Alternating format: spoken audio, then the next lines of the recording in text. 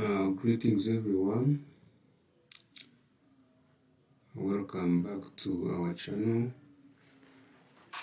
In this video I will show you how to do the setup for GIG School Management System, how to do the basic settings that you need to do usually the first time when you receive the software, but also you need to understand them because along the way you will keep changing them.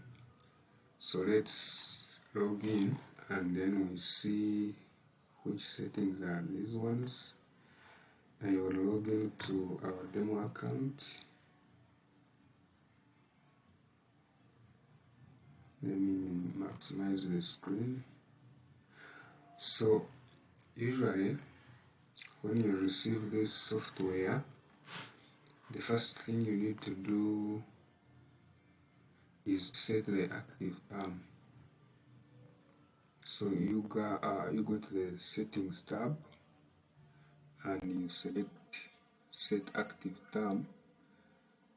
Currently the term that is set is academic year 2026 term 1, the start date for the term, the end date, the next date, and some other details. So if you want to change, you scroll down to the form and you change these values and then you update the settings. This should be done at the beginning of the term and it has to be done once. Once it has already been done, you don't need to change. Maybe if you are to change, you first contact support from us and then we see how safely we can do it for you. So that is the first setting that you need to do. Another thing is to register subjects for your school. So again, in the settings tab, select teaching subjects. So these are the subjects. To add a new subject, go to this plus icon. You write the subject's name. You can write the subject code in case you know it. If you don't know, you skip.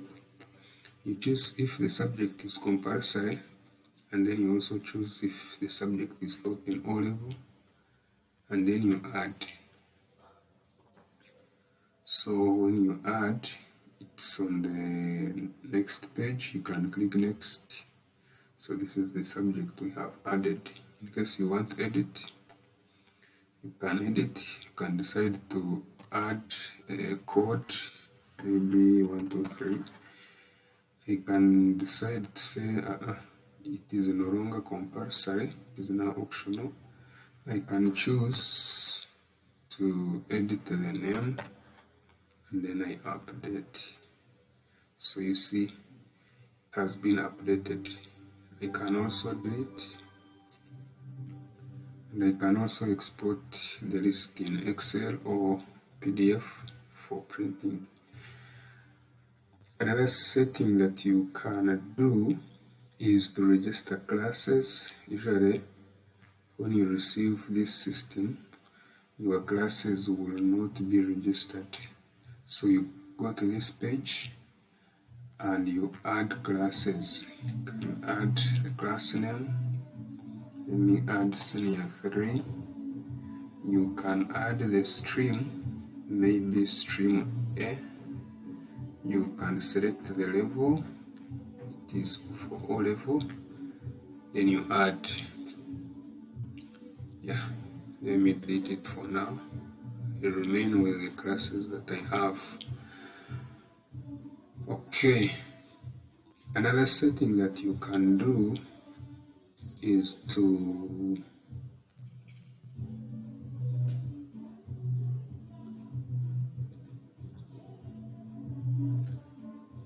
we shall come to this later.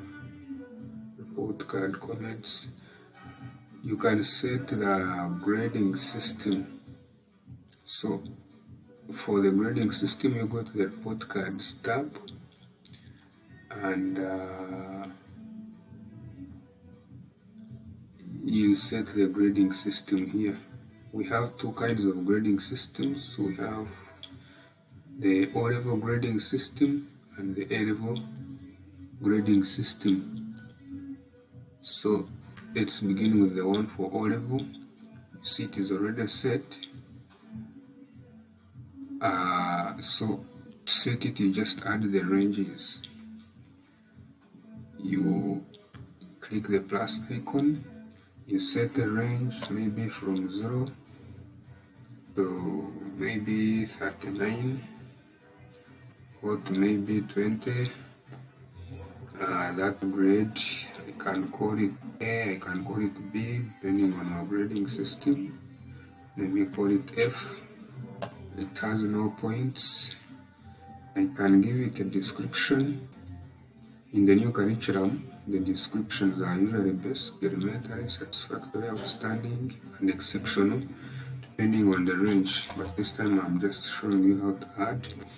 Then the description, this is usually these long descriptions here. You can choose the standard descriptions that we normally use in the new curriculum, which are the ones here, or you can add your own description. Then you select the class. Grading system can be class-based, it can be general. So if you don't want to do it per class, you choose G as your class. If you want to do it per class, you choose the class. That means you have to add a grading system for one class. This can be around 5 ranges like you see here. Then you also add other 5 ranges for another class, other 5 ranges for another class, depending on your grading system. Then you add. So when you select the class, the system will grade students only for that class, depending on what you have added. For example, if I choose senior 1 here, this range will only apply to senior 1s. So let me delete. You can also choose edit. You can edit from here, you can delete, and so on. Then let's go to A-level grading system. It is the same like the other one. You add ranges and then you add grades. You can choose the new curriculum grading system like we have here. You can decide to use the old curriculum grading system. That means you can say from 0 maybe to 29, that is F9. It carries maybe 0 points. From a certain grade, from 30 to 40, that is pass 8 instead of A, B, and C. So it depends if you want to use the old curriculum report or the new curriculum report card for A-level. So it is usually similar to the other one. The difference is that here we have subsidiaries and principals. So this grading system is for the subsidiaries. Then this one is for the principal. This one is for the principals. This one is for the subsidiaries. So you see here from 0 to 49, that is F. That is a fail. From 50 to 100, that is a pass. So to choose whether it is a principal or subsidiary, you see if you click on the plus icon, the first parameter is to select. So you can select, you add the range, the grade, the points, the descriptor, and the description. For old curriculum, these two, they are optional, but for new curriculum, you need to add them because they have to appear in the report card. Okay. Another thing you can do is to register the exam sets. So you register exam sets from here. These are the sets that I have so far. So the way of adding is the same as the way we have been doing on other pages. Maybe if you want to edit, you can set to be active or inactive. The ones that you set to be active, they are the ones that will appear on the report cards, and they are the ones that would always be appearing for teachers when they are uploading marks. So according to me, when the teacher is uploading marks, he can only see mid-term and end of term. He cannot see beginning of term, he cannot see mock. Yeah. So let me see if there is another thing that you can do.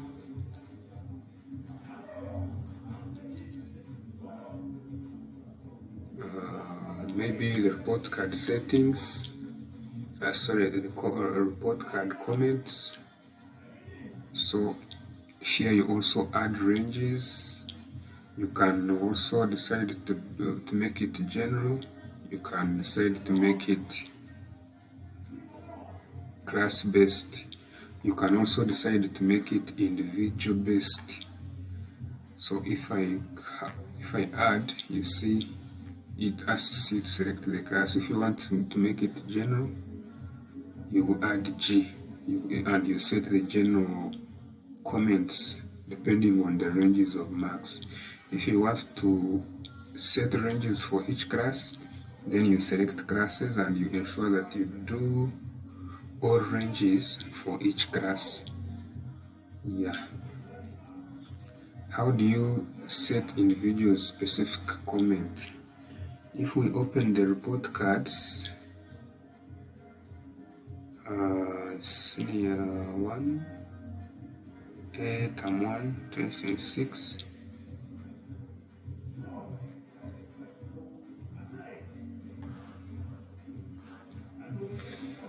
So you see,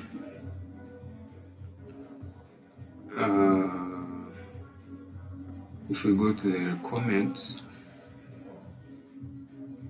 they are usually the general comments that we set the other side, but I can choose to put an individual specific comment that is not similar to the comments set for others. For this particular student, she's called Agumia Steven. So if we navigate back and we go to special comments, I can select the class. It is senior 1, stream A, term 1. I'm going to set the comment for term 1, 2026. So I can search the name, Agumia Steven, and then I add a special comment. I can say this is a special comment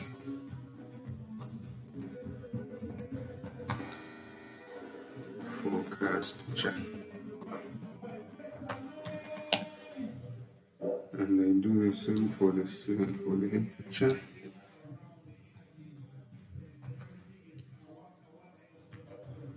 This is a special comment for head teacher, and then I save. If we open the report cards, senior 1, term 1, 2026, and then we check Agumia Steven. Agumia Steven, what is he? This is the one. So you see the report card comments have changed. This is a special comment for class teacher. This is special comment for head teacher. So you see others have the general comments as they were set. They can be general comments or class-based comments, but this one will always have his own comment if you decide to set it. Okay. I think for this video, let me see if there is something else that we can do. We can do the report card settings, but that is a long topic. I think I will make a video for that. Allocating teachers to classes. I will also make another video because I don't really want this one to become too long. It is actually too long already. So maybe I can show you how to allocate students to optional subjects.